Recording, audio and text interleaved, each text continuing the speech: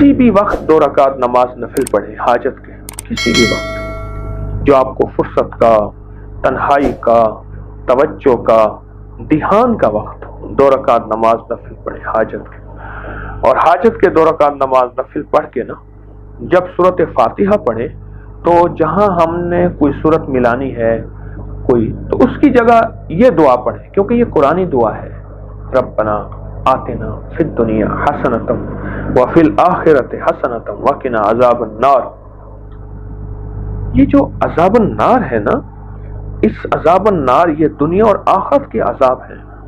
कर्ज का अज़ाब, मर्ज का अज़ाब, हाँ, मजबूरियों का अज़ाब, तन्हाइयों का अज़ाब, किसी नशे इल्लत का अज़ाब, किसी जिल्लत का अज़ाब, बेटियों की परेशानियां, तलाकें, बीमारियां, दुख, झगड़े, नफरतें, नाकामियां, परेशानी, इस सारे अज़ाब अज़ाब अज़ाब अज़ाब, ये सब अज़ाब है जो इंसान को जिंदगी में जीते जी परेशानियों में मुब्तला कर देते हैं।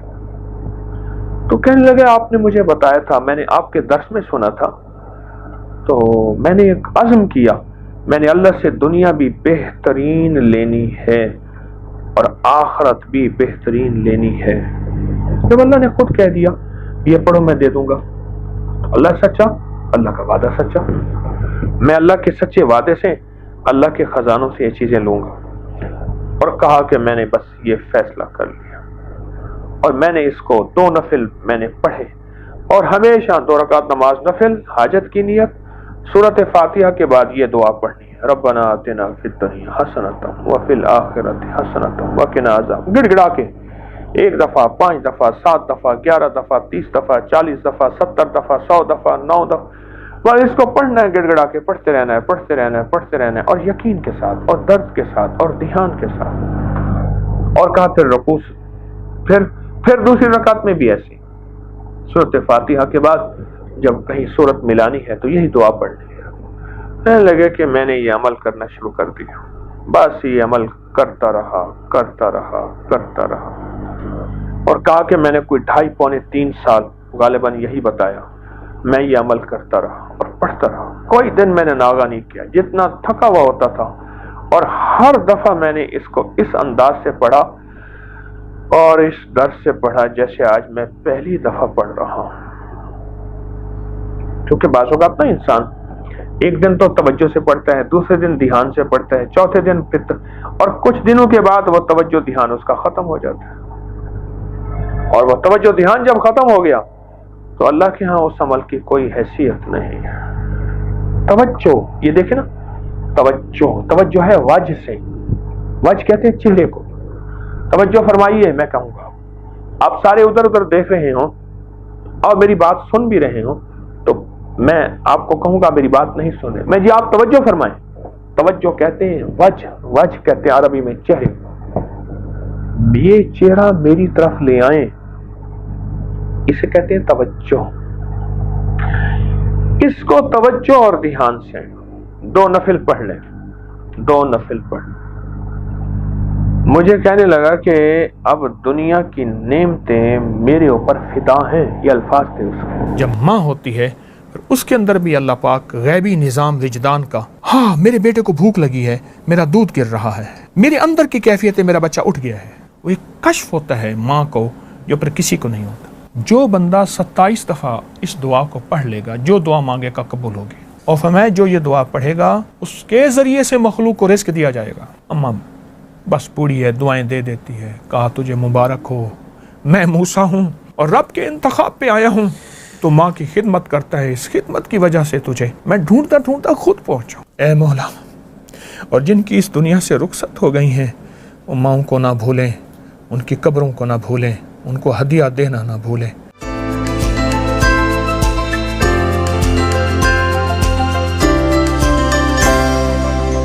सर ये जो मैं मेरी जो अगर याददाश्त में है तो वो फिर मैंने अम्मी के जो यानी पोते और नवासे उनको भी इसी तरतीब में वो देखा कि अल्लाह वाली कर खुशहाली, तू यूँ ही देता है, तू यूँ ही पाली। ये जो थपकी है जिसका भी आपने भी जिक्र किया, अब ये हाथ तो वो होते, लेकिन ये थपकी देना जो है ये क्या कर देती है थपकी?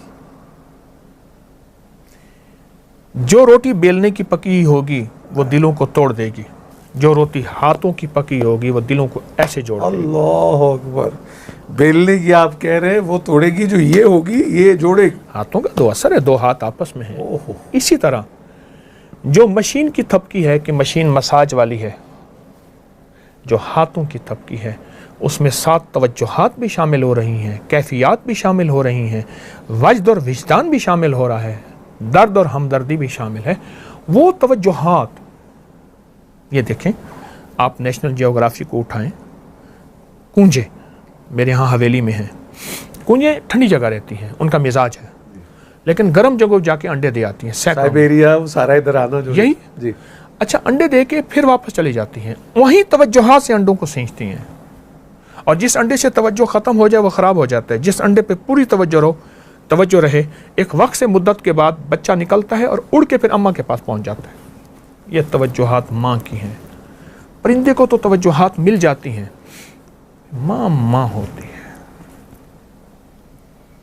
ये अंडों की, और जब आपने अभी मुर्गी ये सब बात की, तो वो तो अगर उसको जब हिफाजत करनी हो अपने चूचों की, वो तो फिर कुछ नहीं देखती। कहने लगे कि मुर्गी जब 21 दिन का चिल्ला करती है अंडों पे, तो उसे 3 चीज़ें मिलती हैं। एक टीम मिलती है चूज़ों की, दूसरी जुर्रत मिलती है, बिल्ली पे झपटती है, इससे पहले डरती है, फिर झपटती है। हाँ, और तीसरी खोज मिलता है, वो ऐसे करके खुराक लेती है और बच्चों को पुकारती है। तो इसी तरह माँ जब माँ होती है, फिर उसके अंदर भी अल्लाह पाक गैबी निज़ाम विजदान का, हाँ मेरे बेटे को भूख लगी है, मेरा दूध गिर रहा है, मेरे अंदर की कैफियत है, मेरा बच्चा उठ गया है, वो एक कश्फ होता है माँ को जो फिर किसी को नहीं होता।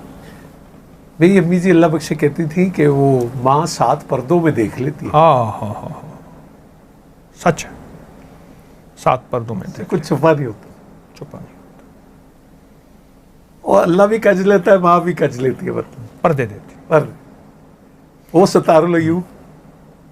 एक ट्रांसपोर्टर ने मुझे एक बात कही, कहने लगा हम सुबह जाते थे अपने कारोबार पे, शाम को आते थे, एक दफ़ा ईद का दिन था तो अम्मा ने मुझे साय में देखा, कहने लगा हाँ पुत्र आते रहता, मस ले आई है, मस मूछे मसे, जो मसे, जी जी जी, तेरी तो मसें आ गई हैं, अच्छा जवान हो गया है, अच्छा अब तेरी मैं शादी का फिक्र करूँगी। बस कहा कि एक दफ़ा अम्मा ने मुझे उजाले में देखा था, पर उसके बाद फिर अम्मा दिन रात फिक्र में थी और मेरी फिर शादी कर दी।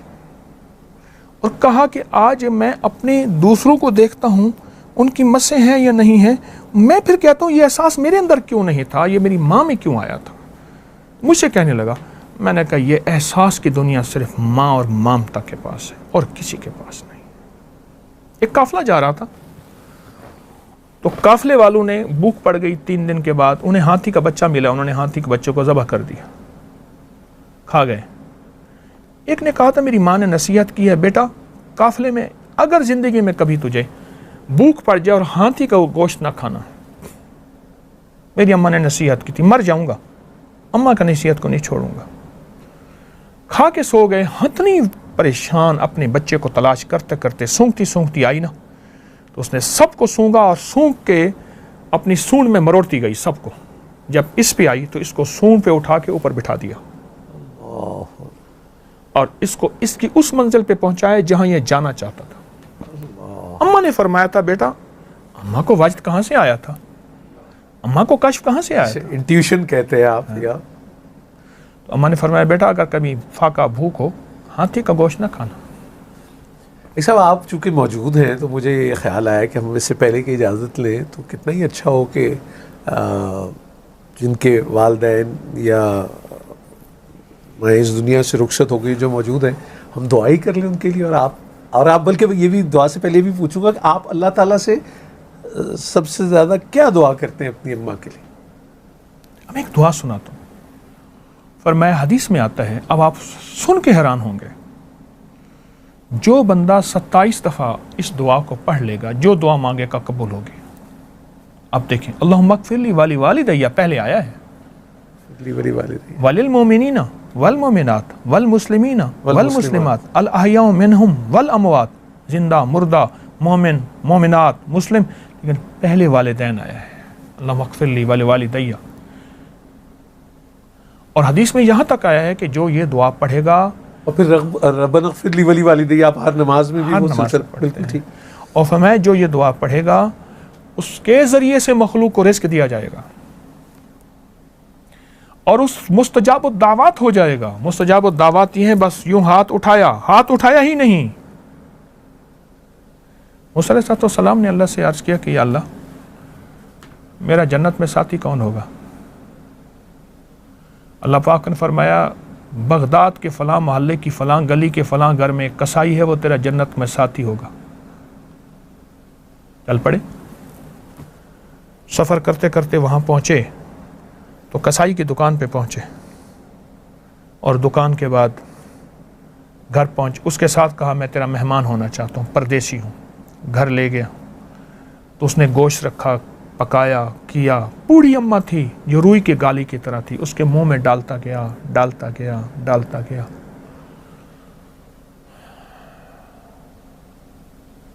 अम्मा को खिला के फिर बच्चों को खिलाया, खुद खाया।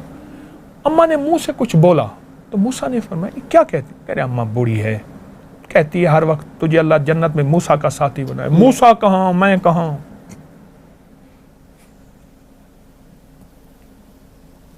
मूसा कहाँ, मैं कहाँ? अम्मा बस बूढ़ी है, दुआएं दे देती है। कहा तुझे मुबारक हो, मैं मूसा हूँ और रब के इंतखाब पे आया हूँ, तो माँ की खिदमत करता है, इस खिदमत की वजह से तुझे मैं ढूंढता ढूंढता खुद पहुँचा। तो ये जो अल्लाहुम्मा अग़फ़िर ली वाली वालिदैया वाली दुआ है, अगर इस दुआ को पढ़ा जाए और वालिदैन और मोमिनीन मोमिनात सबका तसव्वुर हो, और जैसे आपने फरमाया रब्बि अग़फ़िर ली वाली वालिदैया, हर नमाज के बाद ये नमाज मुकम्मल ही उसके आप ये देखें ना, ये नमाज के बाद अत्तहियात में क्यों है? उसकी वजह है कि अत्तहियात नमाज की तकमील है और ये उसकी स्टैंप है, मुकम्मल और तस्दीक। अल्लाह अकबर, ये उसकी मोहर है। मैं बस आपसे दुआ के लिए गुजारिश करूंगा। और मैंने माजी मोहतरमा बानो कुदसिया से ये सुना, उन्होंने कहा बस बड़े होने का एक ये नुकसान है कि माँ भी गोद से उतार देती, ये छोटे होने की बड़ी लाडी है। और ये दुआ फरमा दीजिए, बिस्मिल्लाह। अल्लाहुम्मा सल्लि अला मुहम्मद अब्दिका व रसूलिका व सल्लि अलल मुमिनीन वल मुमिनात वल मुस्लिमीन वल मुस्लिमात या अव्वलल अव्वलीन व या आखिरल आखिरीन या ज़ल कुव्वतिल मतीन या राहिमल मसाकीन या अरहमर राहिमीन या अकरमल अकरमीन या अजवदल अजवदीन या ज़ल जलाल वल इकराम।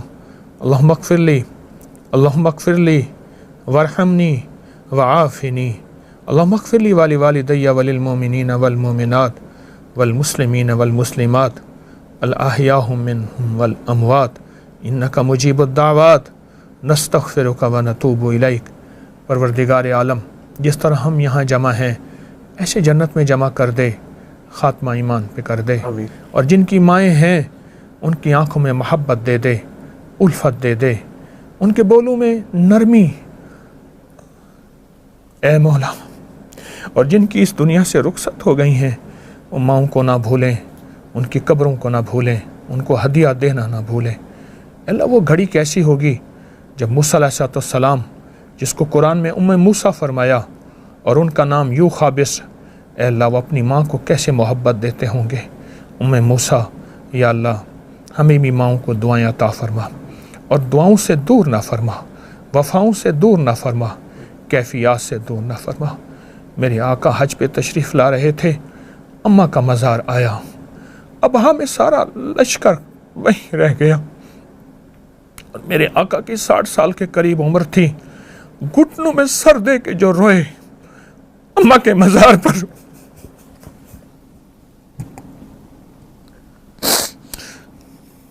सारा लश्कर रात वहीं गुजारी। 6-7 साल के थे, अम्मा को आखिरी लम्हात में देखा, सिर्फ एक लौंडी साथ थी, फिर वो